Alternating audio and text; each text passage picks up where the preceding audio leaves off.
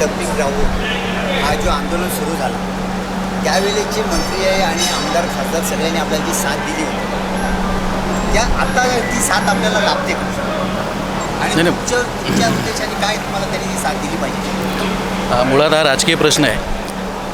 आंदोलन हे सामाजिक आहे. आतकोली गाव आणि आतकोली गावचा जो काही परिसर आहे त्या परिसरामध्ये हा ठाणे महानगरपालिकेने आणलेला जबरदस्तीचा डम्पिंग ग्राउंडचा प्रकल्प हा एक मोठा सामाजिक विषय आहे. त्या सामाजिक विषयामध्ये सगळेच लोक भरडले जाणार आहेत. त्याच्यामुळे राजकीय लोकांना जेवढा त्रास आहे त्याच्यापेक्षा जास्त त्रास तिथल्या राहणाऱ्या लोकांना आहे. त्याच्यामुळे भले ते आमच्या सोबत नसतील परंतु अप्रत्यक्षरित्या ते आम्हाला कोणत्या ना कोणत्या मार्गाने तरी आम्हाला मदत करतात आणि ते आमच्या सोबतच आहेत असं पकडून आम्ही हा लढा पुढे चालू ठेवलेला आहे. गावची जी जमीन आहे ही बेकायदेशीररित्या घेतली का कायदेशीर घेतली याची भूमिका काय मांडली का? डम्पिंग ग्राउंडची जमीन ही सरकारने बेकायदेशीररित्या ठाणे महानगरपालिकेला दिलेली आहे आणि बेकायदेशीररित्या हा डम्पिंग 1.5 वर्षापासून चालू आहे. त्याचे दुष्परिणाम आतकोलीच्या आजूबाजूच्या सर्व परिसरावर होत आहेत आणि इथलं पाणीसुद्धा प्यायला पाणी ते मुरतं आहे कचऱ्याचं. गांधीजींनी सांगितलं होतं का खेड्याकडं चला आणि ठाणे महानगरपालिका राज्य सरकार सांगतो आहे का खेडे बंद करा आणि तुम्ही शहराकडे चला आणि खेड्यामध्ये कचरा टाका.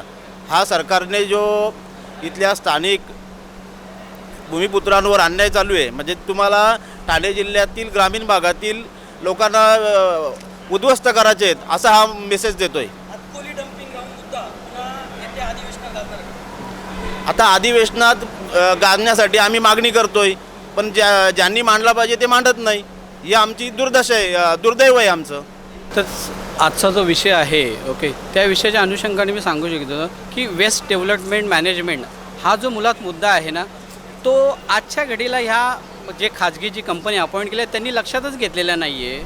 2017 साली जी केंद्र स्तरावर जी समिती गठीत झालेली त्या समितीने जे वेगवेगळे निकष दिलेले आहेत की आजूबाजूला गावं नदी पर्यावरणविषयक उद्योग गावं त्या सगळ्या ज्या गोष्टी आहेत त्या कुठे इथे गृहीत धरलेल्या नाही आणि चुकीचा आणि खोटा रिपोर्ट बनवून तो पुढे सादर केलेला आहे.